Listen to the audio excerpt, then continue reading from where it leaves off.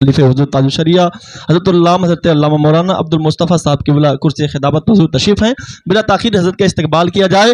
نعرہ تکبیر اور محبت سے نعرہ تکبیر، نعرہ رسالت، مسلک اعلی حضرت فیضان حضور تاج الشریعہ، بستی بستی قریہ قریہ، بستی بستی قریہ قریہ، نعرہ تکبیر، نعرہ رسالت.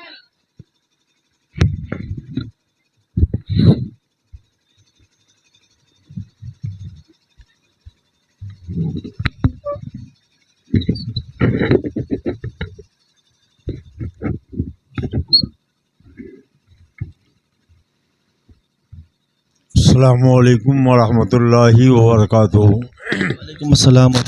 الحمد للہ وکفا والصلاة والسلام علی عبادہ الذین اصطفیٰ. اما بعد فاعوذ باللہ من الشیطان الرجیم. بسم اللہ الرحمن الرحیم.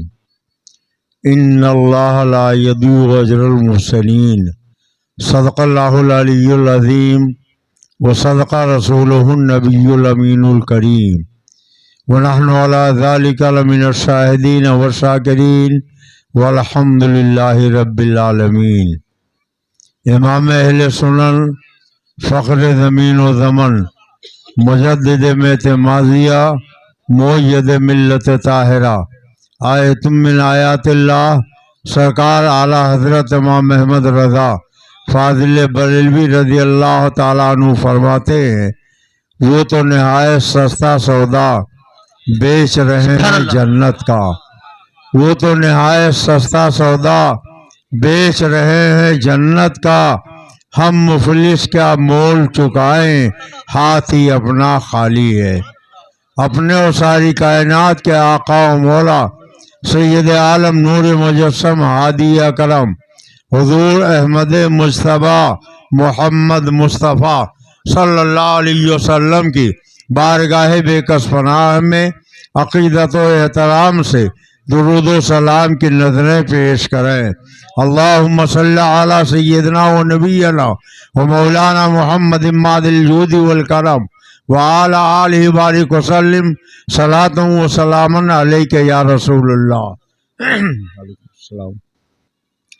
ہمیشہ کے لیے رہنا نہیں اس دار فانی میں، ہمیشہ کے لیے رہنا نہیں اس دار فانی میں.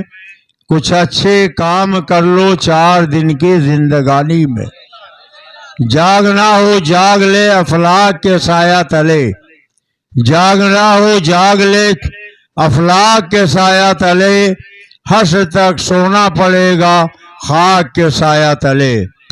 ہمارا آپ کا پروردگار فرماتا ہے، بے شک اللہ اچھے کام کرنے والوں کا اجر کبھی ضائع نہیں فرماتا. اللہ رب العزت جل مجدہ الکریم نے فرشتوں سے کہا، بیت المعمور کے مقابلے میں میرا گھر بناؤ. انہوں نے تعمیر فرمائی. ایک روایت میں ہے کہ خالق کائنات نے حضرت آدم علیہ السلام سے کہا، تم بیت المعمور کے مقابلے میں میرا گھر بناؤ. انہوں نے خانہ کعبہ کی تعمیر کی، مگر جب حضرت نوح علیہ السلام کا طوفان آیا تو اس تعمیر کا نام و نشان مٹ گیا، وہ عمارت باقی نہ رہی. اللہ رب العزت جل مجدہ الکریم نے حضرت ابراہیم خلیل اللہ سے کہا، اے ابراہیم، جہاں میرا گھر تھا وہیں تم میرا گھر بناؤ. حضرت ابراہیم علیہ السلام نے خدا کے گھر کی تعمیر شروع فرمائی، مگر شروع کرنے سے پہلے اللہ کے خلیل نے کہا، مولا تیرا گھر کہاں بنائیں؟ تو اللہ تعالیٰ نے فرمایا، میں ابر کا ایک ٹکڑا بھیجتا ہوں، ایک بادل کا ٹکڑا جائے گا اور وہ جہاں سایہ ڈال دے وہی جگہ میرے گھر کی ہوگی، تم وہی میرا گھر بنانا. آسمان پہ بادل کا ٹکڑا آیا اور کافی دور تک سایہ پھیل گیا. حضرت ابراہیم علیہ السلام نے جان لیا کہ یہیں اللہ کا گھر بنانا ہے. مگر حضرت ابراہیم نے دیکھا وہاں بہت گھاس ہے، کانٹے ہیں، جنگل ہے، وہاں بہت زیادہ پودے ہیں، کیسے وہ جگہ صاف ہوگی؟ عرض کیا میرے معبود، یہ جنگل، یہ جھاڑیاں، یہ پودے، یہ کانٹے یہاں سے صاف کیسے ہوں گے؟ اللہ نے ہوا کو حکم دیا، تیز ہوا کا جھونکا آیا، پورا میدان صاف ہو گیا۔ حضرت ابراہیم نے کہا مولا تو نے اپنے گھر کی جگہ بھی بتا دی، میدان بھی صاف کروا دیا، مگر کہاں سے کہاں تک تیرا گھر بنایا جائے، اس کا کوئی نشان باقی نہیں ہے۔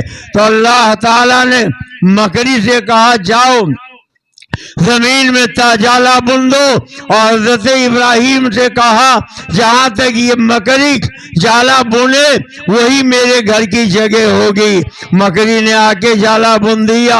اب حضرت ابراہیم علیہ السلام نے خدا کے گھر کی تعمیر شروع فرمائی تو روایتوں میں آیا ہوا ہے کہ حضرت ابراہیم بناتے تھے، حضرت اسماعیل اینٹ گاڑا لا کے دیتے تھے، اور جب عمارت اونچی ہو جاتی ہے تو پار کی ضرورت پڑتی ہے، جیسے جیسے پھیل جاتی ہے ویسے پار پھیلایا جاتا ہے۔ جب اللہ کے گھر کی عمارت اونچی ہو گئی تو حضرت ابراہیم نے کہا مولا تیرے گھر کی عمارت اونچی ہو گئی، اب اس میں پار کی ضرورت ہے۔ اللہ نے فرمایا ایک پتھر اٹھا لو، وہی تمہارے پار کے کام آ جائے گا۔ ایک گول سا پتھر حضرت ابراہیم نے اٹھایا، خدا کے گھر کے سامنے رکھا، اسی کے اوپر کھڑے ہو گئے۔ اب حضرت اسماعیل علیہ السلام اینٹ گاڑا لا کے نیچے سے پکڑاتے تھے۔ جب حضرت اسماعیل علیہ السلام اینٹ گاڑا لے کر آتے تو وہ پتھر نیچا ہو جاتا، حضرت ابراہیم اسے پکڑ لیتے، اور جب حضرت ابراہیم خلیل اللہ خدا کے گھر میں لگانا چاہتے تو ضرورت کے مطابق وہ پتھر اونچا ہو جاتا تھا، اور یہی اتنا رکھی جتنی بھی عمارت پلتی گئی وہی ایک چھوٹا گول سا پتھر پورے عمارت کے لیے پار کا کام دے رہا تھا۔ جب اللہ کا گھر تعمیر ہو گیا تو حضرت ابراہیم نے عرض کیا مولا جب کوئی کسی کا گھر بناتا ہے اسے اس کی مزدوری ملتی ہے۔ حضرت آدم نے جب تیرا گھر بنایا تھا تو تو نے انہیں مزدوری دی تھی، انہوں نے کہا تھا مولا میں نے تیرا گھر بنایا ہے، اپنے گھر بنانے کے بدلے میں تو مجھے کیا مزدوری دے گا؟ تو اے میرے پروردگار تو نے فرمایا تھا اے آدم قیامت تک تمہاری اولاد میں جتنے لوگ میرے اس گھر کی زیارت کے لیے آئیں گے میں ان سب کی مغفرت کر دوں گا۔ حضرت ابراہیم نے کہا مولا تو نے بھرپور مزدوری عطا کر دی۔ حضرت آدم نے کہا مولا پوری مزدوری تو نے ادا کر دی، لیکن اگر کچھ زیادہ کر دے تو کرم بالائے کرم ہوگا۔ اللہ نے فرمایا آدم خالی یہی نہیں کہ جو لوگ میرا گھر بنائیں گے میں انہی کو بخش دوں گا، بھیا جو دیکھنے آئیں گے میں ان کی مغفرت کر دوں گا، بلکہ اے آدم تمہاری اولاد میں قیامت تک جتنے لوگ میرے گھر کے دیدار کی آرزو رکھیں گے اگرچہ کسی وجہ سے وہ نہ دیکھ سکے مگر پھر بھی میں ان سے بھی مغفرت کر دوں گا، یہی تمہاری مزدوری ہے۔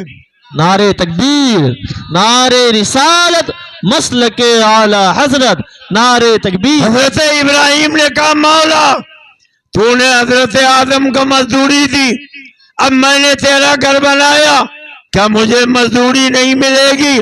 اللہ نے فرمایا آدم تمہیں بھی ابراہیم تمہیں بھی مزدوری ملے گی۔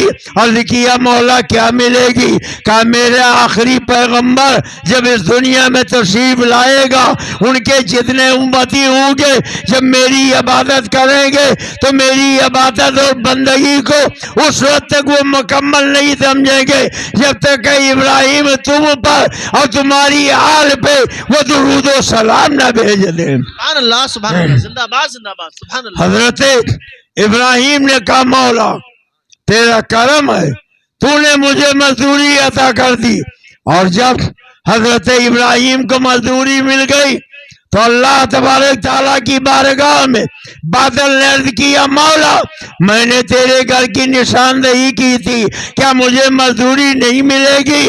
اللہ نے فرمایا اے بادل جب میرا محبوب مکے اور مدینے میں چلے گا دھوپ کی تمازت ہوگی تجھے یہ سعادت ملے گی کہ تو سایہ ڈال دے گا اور میرے محبوب کو دھوپ سے بچائے گا، یہی تیری مزدوری ہے۔ واہ واہ واہ، نعرہ تکبیر، نعرہ رسالت، عظمت مصطفیٰ، نعرہ ہوا نے کہا مولا تو نے حضرت ابراہیم کو مزدوری دی، بادل کو مزدوری دی، مگر تیرے گھر کی زمین کو میں نے صاف کیا تھا، کیا مجھے مزدوری نہیں ملے گی؟ اللہ نے فرمایا تمہیں بھی مزدوری ملے گی۔ مولا کیا ملے گی؟ کہا جب میرا محبوب ہجرت کی راہ اپنے گھر سے نکلے گا دشمن ننگی تلواریں لیے کھڑے ہوں گے، میرا حبیب ایک مٹھی کنکر پھینکے گا تو وہ کنکری جن جن لوگوں کے قریب جانا ہوگا تو ہی لے جائے گی اور ان کی آنکھوں کو اندھا کر دے گی۔ حضرت ابراہیم نے مزدوری حاصل کر لی، حضرت ابراہیم کی آل کو مزدوری مل گئی، آسمان کے بادل کو مزدوری مل گئی، ہوا کو مزدوری مل گئی۔ اب مکری نے کہا مولا کیا مجھے مزدوری نہیں ملے گی؟ اللہ نے فرمایا مکری جب میرا محبوب غار ثور میں جائے گا تو اس غار کے دہانے پر تجھے یہ سعادت ملے گی کہ تو جالا بندے گا، یہی تیری مزدوری ہے۔ اب پتھر نے کہا مولا میں نے تیرے گھر کی تعمیر میں پار کا کام کیا تھا، کیا مجھے مزدوری نہیں ملے گی؟ تو اللہ نے فرمایا پتھر وَاتَّخِذُ مِن مقام ابراہیم مصلی، میں اعلان کر دیتا ہوں صبح قیامت تک جتنے لوگ میرے گھر کا دیدار کے لیے آئیں گے سجدہ میرے لیے کریں گے، عبادت میرے لیے کریں گے، مگر سر تیرے سامنے جھکے گا اور اس کے بدلے میں انہیں عبادت کا ثواب مل جائے گا۔ حضرت ابراہیم خلیل اللہ علیہ السلام نے خدا کا گھر بنایا، سب کو اللہ نے مزدوری دی، کیوں؟ اس لیے کہ اللہ فرماتا ہے بے شک اللہ اچھے کام کرنے والوں کا اجر کبھی ضائع نہیں کرتا۔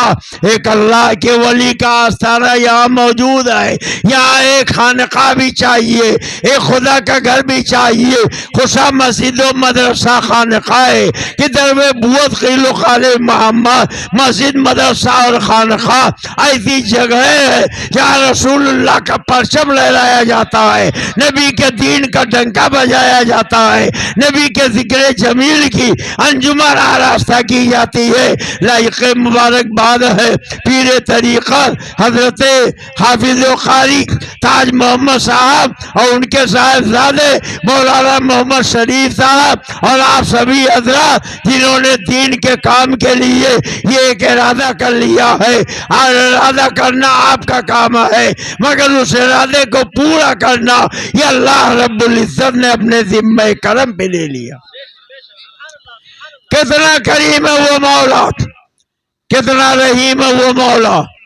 ایک آدمی ایک گھر بناتا ہے، گھر بنانے کے لیے اس نے اینٹ اکٹھا کی، سیمنٹ لے کے آیا، سریا لے کے آیا، راج مزدور لے کے آیا اور گھر کی عمارت تیار ہو گئی۔ اور جب عمارت بن گئی تب اس مکان میں جس نے گھر بنایا تھا اس کے بجائے کوئی دوسرا دبنگ آ جائے اور اسے بھگا کر قبضہ کر لے تو دنیا کہے گی بڑا ظالم آدمی ہے۔ گھر کس نے بنایا تھا؟ اینٹ کون لے کے آیا تھا؟ مورنگ بالو کس نے اکٹھا کیا تھا؟ مستری مزدور کون لے کے آیا تھا؟ اب اس نے آ کے قبضہ کر لیا ہے۔ تو اب ذرا غور کریں اور سوچیں یہ ہمارا آپ کا جسم کیا ہے؟ ایک گھر ہی تو ہے، ایک ناپاک خطرے کے ذریعے ماں کے شکم میں ہم پہنچے، مگر کتنا کریم وہ مولا، کتنا کتنا رحیم ہے وہ مولا کہ اس نے ماں کے شکم میں ہماری صورت تعمیر فرما دی. کیسے تعمیر فرمائی؟ دیکھنے کے لیے دو حسین آنکھیں دے دی، بولنے کے لیے زبان عطا کر دیا، سننے کے لیے دو کان دے دیے، پکڑنے کے لیے دو مضبوط ہاتھ دے دیے، چلنے کے لیے دو پیر دے دیے. اور جب تک ماں کے شکم میں نطفہ رہا اللہ نے وہی اس کے لیے غذا کا انتظام کیا. مگر جب وہ بچہ ماں کے شکم میں اب تک پرورش پا رہا تھا، غذائیں مل رہی تھی، لیکن ابھی باہر نہیں آیا. اور اس بچے کے باہر آنے سے پہلے ہی اللہ تعالیٰ نے اس کی غذا کا انتظام کیا اور ماں کے سینے میں دودھ کی دو دو نہریں جاری کر دی.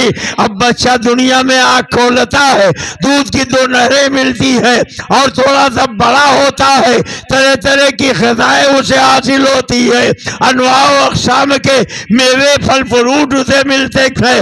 اب بندے کو چاہیے کہ جب یہ جسم تیار ہو گیا تو خدا کے حکم کی فرما برداری ہو. اللہ نے کہا جھوٹ نہ بولو تو جھوٹ نہیں بولنا چاہیے، شراب نہ پیو تو شراب نہیں پینی چاہیے، جوا نہ کھیلو جوا نہیں کھیلنا چاہیے، جھگڑا نہ کرو جھگڑا نہیں کرنا چاہیے. مگر اللہ کا فرمان بھول کر بھی وہ اپناتا نہیں ہے، شیطان کے جال میں پھنس جاتا ہے. نہ نماز کی فکر ہے، نہ روزے کا خیال ہے، نہ اچھے کام کرنے کا دھیان ہے. وہ دنیا اور دنیا کے لہو لہم میں مشغول ہو جاتا ہے. مگر کتنا کریم وہ مولا، کتنا رحیم وہ مولا. حدیث پاک میں ہے کہ جب رات کا پچھلا پہر آتا ہے، ساری آبادی سو رہی ہوتی ہے، تو اللہ تعالیٰ آسمان دنیا پر تجلی نازل فرماتا ہے جیسا اس کی شان کے لائق ہے، اور وہ صدائے رحمت دیتا ہے. اے میرے بندے بہت پاپ کر چکا ہے، اے میرے بندے بہت گناہ کر چکا ہے، اے میرے بندے بہت خطائیں کر چکا ہے. یہ رات کا پچھلا پہر ہے، اٹھ جا، آنسو کے دو قطرے بہا دے، شان کریمی تیرا آنسو چننے کے انتظار میں ہے. آپ سوچیں دنیا میں رشتے بہت ہیں، ماں باپ اولاد کا رشتہ، شوہر بیوی کا رشتہ، استاد شاگرد کا رشتہ، پیر مرید کا رشتہ.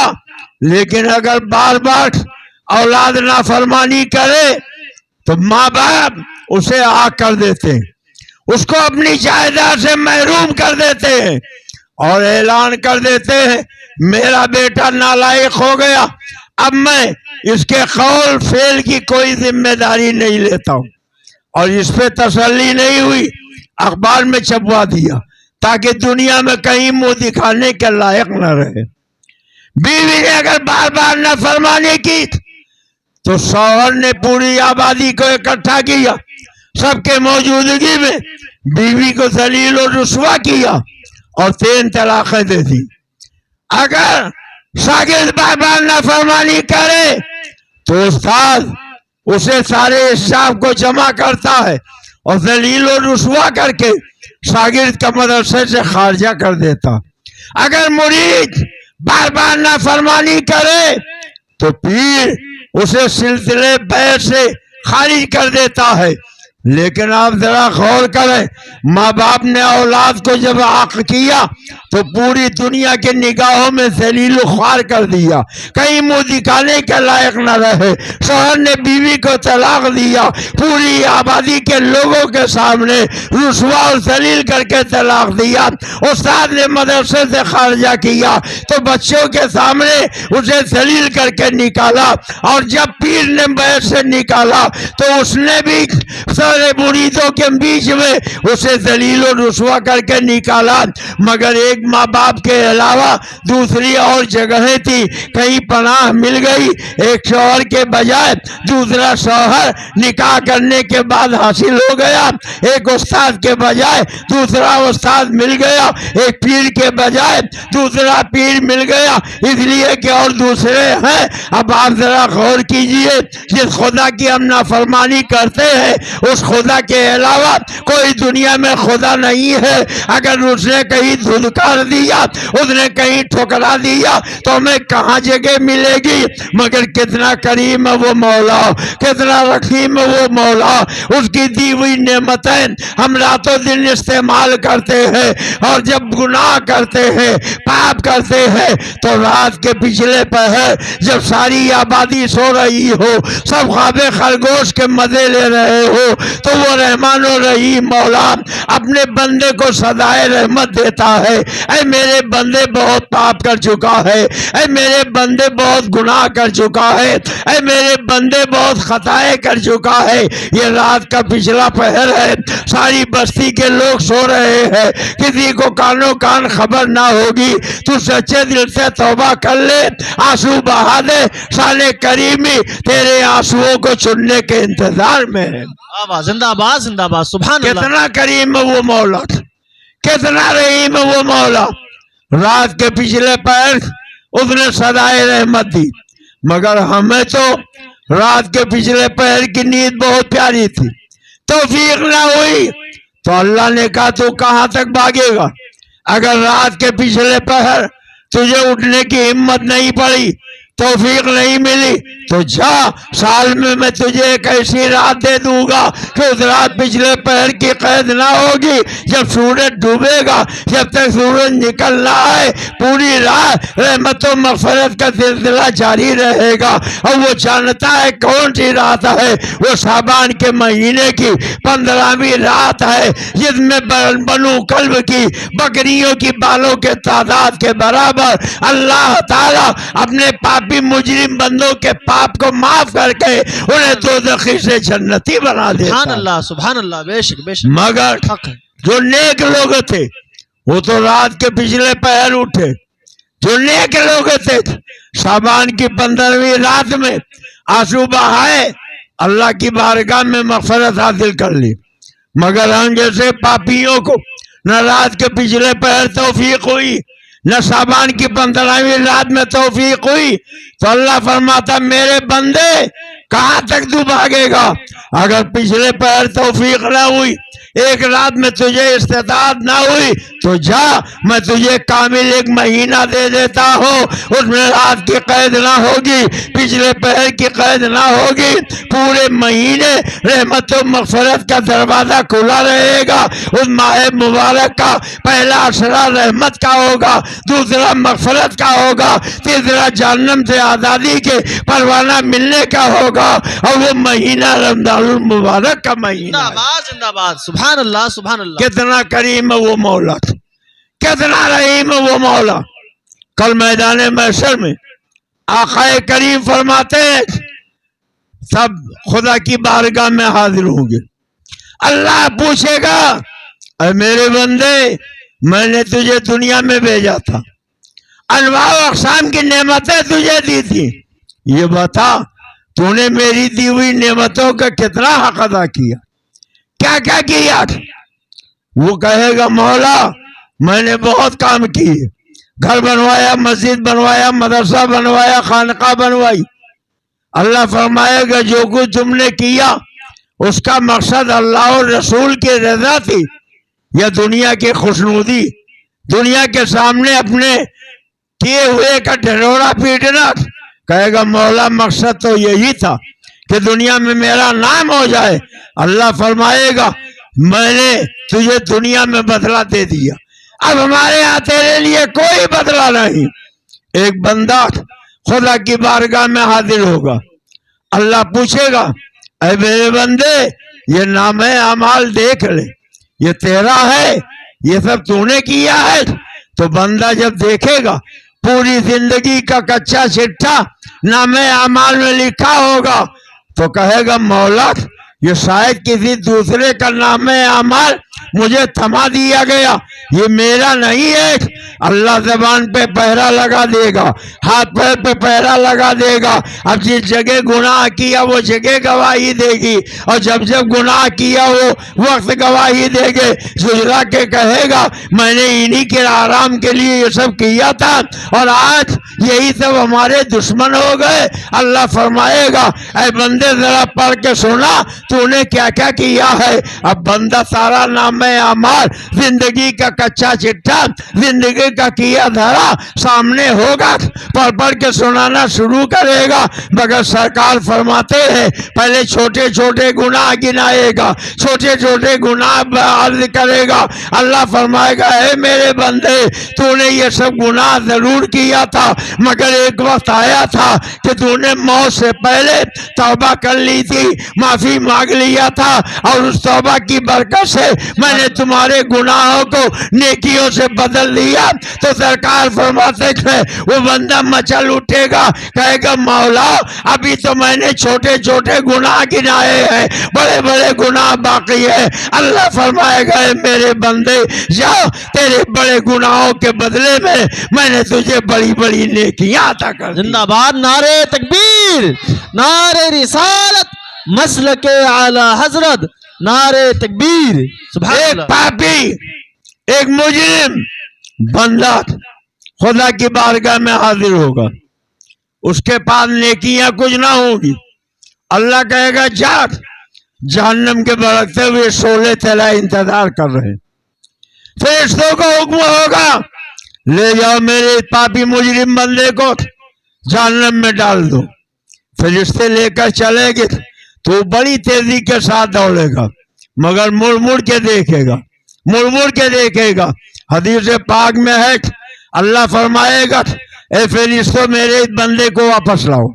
جب وہ واپس آئے گا تو اللہ کہے گا بندے میں نے تجھے کہا تھا جہنم میں جانے کے لیے، مگر تو اتنا تیزی سے دوڑ کے جا رہا تھا، لگتا ہے جہنم کے بجائے جنت کی بشارت تجھے مل گئی۔ وہ عرض کرے گا ہاں مولا تیرا حکم تھا، میں نے سوچا زندگی کا آخری حکم ہے اور یہ میرا آخری و میرے لیے فرمان ہے، اب تک میں نے تیرے حکم کی نافرمانی کی تھی، کم سے کم یہ آخری تیرا حکم مان لو، اس لیے تیزی سے دوڑ کے جا رہا تھا۔ اللہ فرمائے گا مگر جب دوڑ کے جا رہا تھا تو پیچھے مڑ مڑ کے کیا دیکھ رہا تھا؟ عرض کرے گا مولا میں پیچھے مڑ مڑ کے دیکھ یہ رہا تھا کہ کہیں تیری رحمت مجھے بلا تو نہیں رہی ہے۔ اللہ فرمائے گا اے میرے بندے اگر میری رحمت سے تجھے اتنا ہی امید ہے تو جا، میں نے تیرے سارے گناہوں کو معاف کر دیا، اور فرشتوں کو حکم ہوگا لے جاؤ اسے جنت میں داخل کر دو۔ نعرہ تکبیر، نعرہ رسالت، حضور سیف رضا، نعرہ تکبیر، سبحان اللہ۔ اللہ کے نبی فرماتے ہیں التائب من الذنب کمن لا ذنب لہ، جو سچے دل سے توبہ کر لیتا ہے وہ گناہوں سے ایسے پاک ہو جاتا ہے جیسے اس نے کبھی کوئی گناہ کیا ہی نہ ہو۔ قرآن پاک میں ہے اللہ فرماتا فاولئک یبدل اللہ سیئاتہم حسنات، میرا جو پاپی اور مجرم بندہ پاپ اور گناہ کرنے کے بعد میرے دربار میں سچے دل سے توبہ کر لیتا ہے تو میں اس کے سارے گناہوں کو نیکیوں سے بدل لیتا ہوں۔ کتنا کریم ہے وہ مولا۔ سلسلہ قادریہ برکاتیہ رضویہ کے امام حضرت سری سختی بغداد شریف کے گلی سے گزرے، دیکھا ایک شرابی شراب کے نشے میں دودھ پڑا ہے اور کہہ رہا اللہ اللہ اللہ۔ حضرت سری سختی نے جب دیکھا تو قریب پہنچے، اٹھا کے بیٹھایا، کلی کرائی، منہ دھلایا اور چلے گئے۔ جب شرابی کو ہوش آیا تو اس نے کہا اے لوگوں میں تو شراب کے نشے میں تھا، میرا منہ ناپاک تھا، میرا منہ کس نے پاک کیا؟ کلی کس نے کرائی؟ میرا منہ کس نے دھلایا؟ لوگوں نے کہا حضرت غوث پاک کے پردادا پیر حضرت سری سختی نے تیرا منہ پاک کیا، انہوں نے تیرا منہ صاف کیا۔ کہاں پٹھا اتنے بڑے ولی نے میرا منہ پاک کیا؟ آنکھ سے آنسو بہے، خدا کی بارگاہ میں رویا، مولا اب میں سچے دل سے توبہ کرتا ہوں، اب میں کبھی کوئی پاپ نہ کروں گا، کوئی گناہ نہ کروں گا، کوئی خطا نہ کروں گا۔ اور رات کا پچھلا پہر آیا تو مسجد پہنچ گیا۔ حضرت سیدھی سختی بھی تہجد کی نماز پڑھنے پہنچے، اور جب وہ پہنچے تو دیکھا شرابی یہاں نمازی بن کے کھڑا۔ عرض کیا میرے معبود، یہ تو شرابی تھا، نمازی کیسے بن گیا؟ جواب ملا ہے سیدھی سختی، تمہاری غیرت کو گوارا نہ ہوا یہ ناپاک منہ سے میرا پاک نام لے، تو میری محبت کو گوارا نہ ہوا کہ جس کا منہ تم نے پاک کر دیا دوبارہ ناپاک ہو۔ تم نے میری محبت میں اس کا منہ پاک کیا تھا، میں نے تمہاری محبت میں اس کا دل پاک کر دیا۔ نعرے تکبیر، نعرے رسالت، مسلک اعلی حضرت، نعرے تکبیر۔ حضرت سیدھی سختی نے اب اس سے پوچھا، میاں تم تو شرابی تھے، رات ہی میں سڑک کے کنارے پڑے تھے، نشے میں دھت تھے، تمہارا منہ ناپاک تھا، بغیر یہ نمازی کیسے بن گئے؟ تو اس نے مسکرا کے کہا، حضور والا جب میرے پروردگار نے آپ کو سب کچھ بتا دیا ہے تو آپ مجھ سے کیوں پوچھ رہے ہیں؟ کتنا کریم ہے وہ مولا، کتنا رحیم ہے وہ مولا۔ ابھی بندہ نے توبہ کیا ہے، ابھی اللہ نے اپنے ولی کے اس کو یہ خبر دے دی کہ میرا بندہ توبہ کر چکا ہے۔ حضرت موسیٰ علیہ السلام کے زمانے میں قحط پڑ گیا، بارش نہیں ہو رہی تھی، بہت پریشان مخلوق آئی، اے اللہ کے پیغمبر آپ دعا کیجیے ابر بارہ کا نزول ہو جائے۔ 70,000 آدمیوں کو لے کر حضرت موسیٰ علیہ السلام آبادی کے باہر گئے، اللہ کی بارگاہ میں روئے گر گڑائے، مولا ابر بارہ کا نزول کر دے۔ بارش نہیں ہوئی، عرض کیا مولا میری دعا قبول کیوں نہیں ہوتی؟ جواب ملا ہے موسیٰ تمہارے 70,000 کے مجمع میں ایک پاپی ہے جو 40 سال سے اپنے گناہوں کے ذریعے میرا مقابلہ کر رہا، اس کے گناہوں کے رعوست سے میں نے بارش روک دی ہے، تم اس کو محفل سے نکال دو، ابھی تمہاری دعا قبول ہوگی، ابھی بارش ہو جائے گی۔ حضرت موسیٰ نے کہا مولا مجمع 70,000 کا، پاپی ایک ہے، میں پہچانوں کیسے؟ جواب ملا ہے موسیٰ پہچاننے کی ضرورت نہیں، تم آواز لگاؤ وہ خود بخود محفل سے نکل کے چلا جائے گا۔ عرض کیا میرے معبود 70,000 لوگوں تک میری آواز پہنچے گی کیسے؟ جواب ملا ہے موسیٰ آواز دینا تمہارا کام ہے، آواز پہنچانا میرا کام ہے، تم اپنا کام کرو میں اپنا کام کروں گا۔ حضرت موسیٰ نے کہا اے پاپی تو 40 سال سے گناہوں کے ذریعے خدا کا مقابلہ کر رہا ہے، تیرے گناہوں کی نحوست سے بارش رک گئی، محفل سے نکل جا تاکہ اللہ ہماری دعا قبول کر لے، بارش نازل ہو جائے۔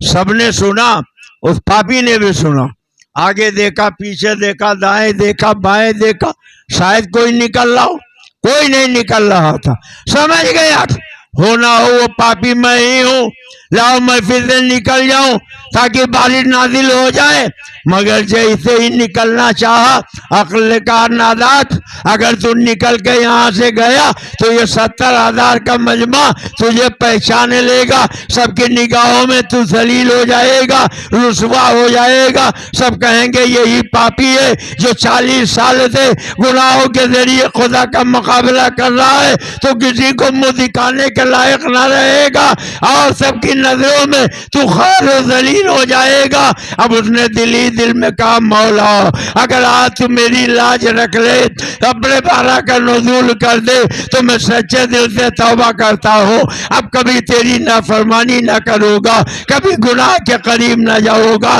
آنسو کے قطرے ابھی آنکھ سے نیچے تک نہیں آئے تھے کہ صاف و شفاف آسمان پہ بادل چھایا، بارش شروع ہوئی اور زمین جل تھل ہو گئی۔ حضرت موسیٰ نے کہا مولا ابھی تو کوئی محفل سے نکلا بھی نہیں، بارش کیسے ہو گئی؟ تو جواب ملا ہے موسیٰ جس کی وجہ سے بارش رکی تھی اسی کی وجہ سے تو بارش ہو گئی۔ کہا وہ کیسے؟ تو اللہ نے فرمایا کہ جب پاپ کر رہا تھا میں نے بارش روک دی، اور جب توبہ کر لیا تو میں نے اس کی دعا قبول کر کے بارش نازل کر دی۔ حضرت موسیٰ نے کہا مولا ذرا ہم پہچان تو لیں وہ پاپی کون ہے جو گناہوں کے ذریعے 40 سال سے تیرا مقابلہ کر رہا تھا۔ تو جواب ملا ہے موسیٰ جب یہ پاپ کر رہا تھا، گناہ کر رہا تھا، نافرمانی کر رہا تھا، تب میں نے اس کی لاج رکھ لی، اس کو رسوا نہ کیا، تب تو توبہ کر چکا ہے، اب میں اسے رسوا کیسے کروں گا؟ کتنا کریم ہے وہ مولا، کتنا رحیم ہے وہ مولا۔ حضرت ابراہیم خلیل اللہ علیہ السلام نے خدا کی بارگاہ میں عرض کیا مولا بہت نبیوں کو تو نے معراج عطا کی، مجھے بھی معراج عطا کر دے۔ اللہ نے فرمایا ٹھیک۔ پہلے آسمان پہ حضرت ابراہیم گئے اور جب زمین کی طرف نگاہ ڈالی ایک آدمی کو پاپ کرتے ہوئے دیکھا اور اس کے لیے دعائے ہلاکت کی، وہ تباہ ہو گیا۔ دوبارہ نظر ڈالی پھر ایک آدمی کو گناہ کرتے ہوئے دیکھا، پھر دعائے ہلاکت کی، تباہ ہو گیا۔ اور جب تیسری مرتبہ زمین کی طرف نظر ڈالی پھر تیسرے آدمی کو گناہ میں ملوث دیکھا، دعائے ہلاکت کرنا چاہتا تھا کہ اللہ نے فرمایا ابراہیم میرے بندوں کے ہلاکت کی دعا سے پہلے تم نیچے زمین پہ چلے جاؤ، اس لیے کہ میرا اپنے بندوں کے ساتھ 3 طرح کا راستہ ہے۔ میرا بندہ زندگی پر پاپ کرتا ہے، گناہ کرتا ہے، خطائیں کرتا ہے، میری نافرمانی کرتا ہے، مگر ایک وقت آتا ہے کہ وہ آنسو بہاتا ہے، سچے دل سے توبہ کر لیتا ہے، میں اس کے گناہوں کو معاف کر دیتا ہوں۔ اور اگر میرا مجرم بندہ توبہ نہ کر سکے، پاپ سے وہ معافی نہ مانگ سکے، تو کچھ ایسی اولاد پیدا کر دے اس اولاد کے ذریعے میری زمین سجدوں سے بھر جائے۔ اور اے موسیٰ، اے ابراہیم، اگر ایسا بھی نہ ہو سکا تو کل میدان قیامت میں وہ پاپی مجرم بندہ میرے دربار میں آئے گا، اور جب میرے دربار میں آئے گا تو میں کریم ہوں، میں رحیم ہوں، میں چاہوں گا تو اسے معاف کر دوں گا۔ سبحان اللہ، سبحان اللہ۔ کتنا کریم ہے وہ مولا، کتنا رحیم ہے وہ مولا۔ اس لیے حضرات ہمیشہ کے لیے رہنا نہیں اس دار فانی میں، کچھ اچھے کام کر لو 4 دن کی زندگانی میں۔ ایک مرتبہ حضرت خاتون جنت سیدہ فاطمہ سے مولائے کائنات حیدر کرار علی مرتضی کرم اللہ تعالی وجہ الکریم نے فرمایا اے خاتون جنت، آپ نے زندگی بھر مجھ سے کوئی فرمائش نہیں کی، میرا جی چاہتا ہے کہ آپ مجھ سے کوئی فرمائش کریں میں اسے پوری کر دوں۔ حضرت خاتون جنت نے کہا اے علی، اگر تم میری خواہش پوری کرنا چاہتے ہو تو میں 3 دن سے بیمار ہوں، مجھے بخار آ رہا ہے اور روزے سے بھی ہوں، انار کھانے کا جی چاہتا ہے، تم مجھے کہیں سے ایک انار لا کے دے دو۔ حضرت مولائے کائنات کچھ ان کے پاس رقم تھی، لے کر بازار گئے، ایک انار خریدا اور خوشی خوشی لے کر چلے۔